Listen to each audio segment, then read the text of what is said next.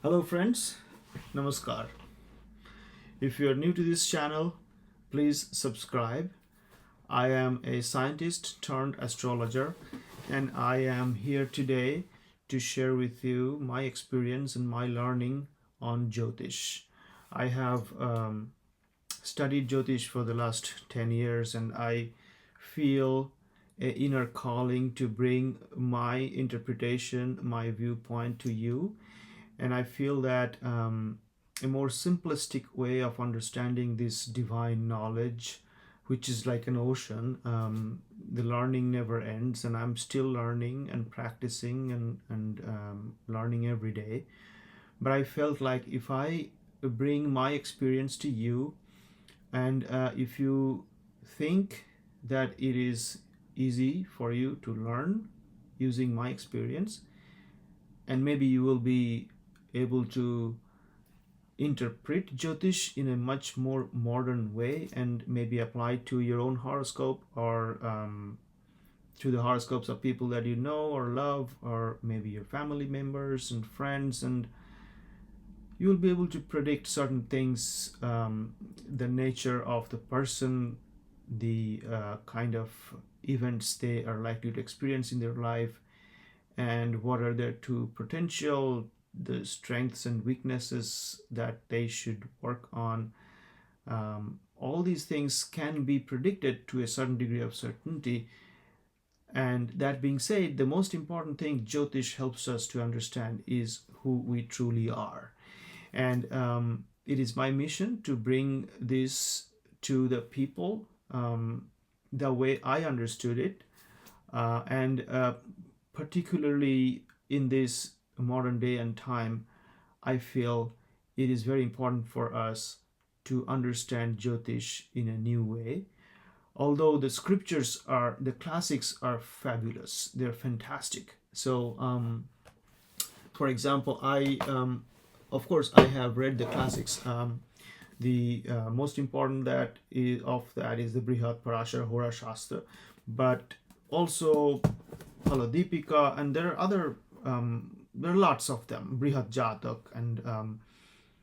and the modern astrologers, the modern writers like Sri K. N. Rao, Pandit Sanjay Rath, B.V. Raman, and these people have done phenomenal job in bringing Vedic astrology, a modern viewpoint to all the scriptures that are being written thousands of years ago, and they needed to update that to accommodate our life practically, the modern way of life, and they have done a phenomenal job. And then I must also mention PVR Narasimha Rao, who created the software Jagannatha Hora that I use every day. And these are phenomenal advancements in the field of Vedic astrology and Jyotish that I think contributed to this increased interest in the audience right now, and people are interested, curious to know about it. If you have watched my video up until this point, I would assume that you are curious, you are interested to learn. So this is the first video of this series where we will go through the fundamental basic processes, the techniques and tools that are used in Vedic Jyotish, what it is all about, a little bit of description along the way. So please stay tuned and subscribe to my channel, and hit the bell icon so you can get the notification when the next video will be uploaded. I am going to upload every 2 days, one video, 2 or 3 days, one video, and we'll move along step by step into the predictive techniques. But first, we need to understand what is Jyotish. And in order to know and go deeper into the tools and techniques, in order to know what is Jyotish, we first have to look into the Vedic system of knowledge, how the Vedic system of knowledge works. So I have prepared a brief schematic, diagrammatic view of the Vedic system of knowledge, and I will try to explain to you very briefly, not to overload you with information. I'll try to explain it to you very briefly, and then from there we will go into the fundamental pillars that hold the system of knowledge. And let's dive in then. Okay, friends, so here is a very brief breakdown of Vedic literature, what the Veda is, the Vedic system of knowledge, which I believe if we don't understand it very well, then our understanding of Jyotish should be compromised. So let's start with the very beginning, with the Vedas. So Vedas, it's literally impossible to translate the actual meaning of the Vedas. It is said it is the sacred book of the Hindus, but there is no book. So I would rather say that the Vedas are a compilation of literature, and it was passed on from the guru to the disciple to the next generation just through practice, like uttering the mantras and through. So this is the way it was propagated without writing it down for a long time. Now the Vedic literature is also called Shruti because of that. You listen to it and you memorize. That's the Shruti. So we can subdivide the Vedic literature into two different parts. One is called Shruti literature, which is also, it means the revealed literature, and the Smriti literature, which is, you can say, memorized literature. So as you can see on the screen, I have mentioned Shruti literature and Smriti literature, and Jyotish comes under the Smriti. I'll discuss this later on. So first, let's look at the Shruti literature, which are the four different Vedas: Rig Veda, Sama Veda, Yajur Veda, and Atharva Veda. So those four Vedas come under the Shruti literature. And Rig Veda is basically a collection of prayers. I'll just go briefly through all these things because I don't want to confuse you.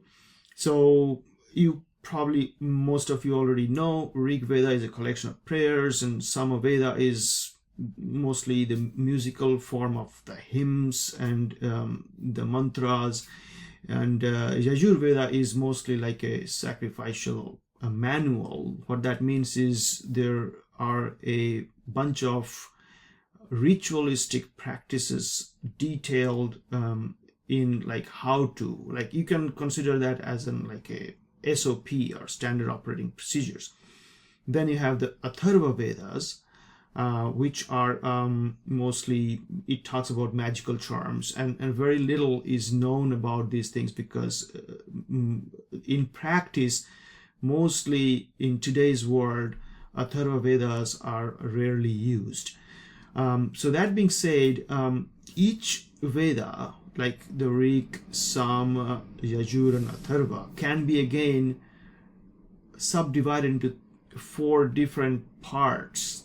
Each Veda has four parts, which I have mentioned here on the right side of the screen. You can see that I mentioned Samhitas, first part, and then you have the Brahmanas, then you have the Aranyakas, and then you have the Upanishads. Now we are familiar with Upanishads because that is the most talked about, and Upanishads are the philosophical basis of the Veda, whatever Veda we are talking about: Rig Veda, Sama Veda, Yajur Veda, Atharva Veda. So Samhita is an essential part. It contains the hymns. Brahmanas are basically commentaries in prose, written in prose. Again, not written, it's all described and all memorized and passed on to generations through memory. Aranyakas are, those are the texts that are mostly for the monks or the scholars or the sages who were living in the Aranyas, and there they are like into some kind of studies or their sadhana. So Aranyakas are texts to be used, and they have descriptions of the mystical meanings that are underlying those texts. And also, most familiar we are with the Upanishads, because those are the philosophical treatises, if you would say so. And it's very important because that creates a bedrock of the Vedic system. Now, talking about the Smriti literature, where our Jyotish fits in, Smriti literature can be subdivided into two different parts. There are Vedangas and there are Upavedas. Now, Vedangas literally mean, Ang means limb. So Vedangas literally means the limb of the Vedas. So you can look at it in a way that it's like a supplement. But these are like a detailed descriptive treatise or thesis of certain knowledge systems that are essential to understand the Vedas completely. So Vedangas can be again subdivided into 6. There are 6 different Vedangas. Jyotish is only one of them. But there is Siksha, Kalpa, Vyakarana, Nirukta, Chanda, and Jyotish. Now, Siksha basically deals with the phonetics of the mantras. So you have to learn how to pronounce a mantra correctly. So Siksha gives you the knowledge of that. Kalpa is actually you can call it like the more step-by-step details of a particular ritual. That's the Kalpa. Vyakarana is grammar. You just have to know the grammar of the language, Sanskrit language, in order to understand the meaning of the mantra. So Vyakarana comes in there. And the Nirukta is basically the etymology. So how a particular word, is basically coming out from the basic roots of the sound and all these other things. Chanda is the temper or the meter, the tempo, as you would say. Like there are different kinds of rhythms that are to be used in order to utter a particular mantra. So, for example, there is this Anushtup Chanda that is used to do the Vishnu Sahasranama. So you have to do a particular kind of mantra in a particular chanda in order for it to be done appropriately. So the chanda deals with that. You learn about those particular types of chandas. And then Jyotish is the one that deals with astronomy and astrology. Although in those days there was no difference between astrology and astronomy, but Jyotish deals with the planetary positions, mathematics, how to calculate them, and all those things. Now, there are also Upavedas. As you can see at the bottom of the screen, Upavedas. There are fundamentally 4 Upavedas, and I have put the meaning of those in the parenthesis. As you can see, there is Gandharva, which deals with music. Shilpa deals with sculpture. I might have written culture. It's actually sculpture. Ayurveda deals with medicine, and Dhanurveda deals with the art of war. So those are like very specific, very focused sets of rules and principles and knowledge related to those areas. And Vedangas are the limbs of the Vedas that were studied in order to know the Vedic system of knowledge in a better way. So talking about that, we must now move on to the next step, which is understanding the fundamental basis of the Vedic system. Now, the Vedic system has a different epistemology or different way of approaching or seeking knowledge and to certify something as knowledge. the basic, in order to go into that, we have to first accept and assume certain things. And those things are the very basic, very fundamental principles of the Vedic system. What are they? Number one is the Panchatattva. So the 5 elements. I call it, you can probably call them 5 primary principles. And they are earth, the water, the fire, the air, and the space. Now, I would not go into details of all these things today, but in a next video, I will go into details of each one of these 5 elements. But it is to be assumed that these 5 elements are the fundamental principles that make up the universe. And because I am part of the universe, these 5 elements also make up myself, my body, my mind, my existence. And anything that we see around us, anything that is evident, has a proportionate mix of these 5 elements. And these are the tattvas that make up everything in the universe. This is the fundamental basic first axiom. Second axiom is the 3 fundamental processes of creation, maintenance, and destruction. There are 3 fundamental processes in the universe that runs in parallel, and when an entity is created, that's the creation, and after that entity grows and maintains itself, and then ultimately it gets destroyed. Now, destruction should not be seen as something that is like devastating, it's like destroyed or something like that. Destruction is just transitioning one form into the other. So let's take an example of a tree. You know, the seed that you plant, the seed is just the potential, and it has the potential to manifest itself into a tree, but it has not done yet. So creation happens when you plant the seed in the soil and it sprouts. That's the creation. And after that, for it to grow up into a tree, you need support. You need light, sunlight, water, air. This is the maintenance. So creation is, in the Vedas, Brahma is the creator, or that energy that creates. Vishnu is who maintains. So that energy, the supportive energy around the seed, that seedling grows into a tree, that's the Vishnu energy.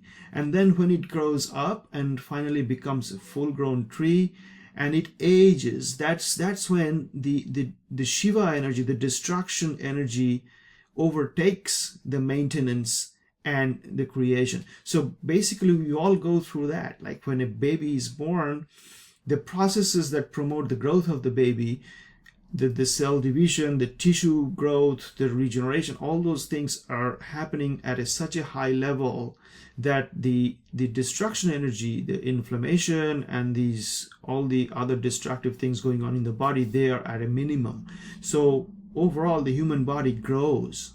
But when you reach the middle age, that's when those 2 processes are nearly equal. So we are getting our insult from the environment. We are also repairing our tissues. It goes on like parallel when you're in 30s and 40s. And then as you go on the other side of 50, like I am, then the destruction energy is much more than the creation and maintenance. So gradually we age, our hairs become white, and slowly our tissues get weaker, and we grow older, and finally we die. So these 3 fundamental processes, creation, maintenance, and destruction, they go in tandem, in parallel, and they are named as the Brahma, Vishnu, and Shiva energies.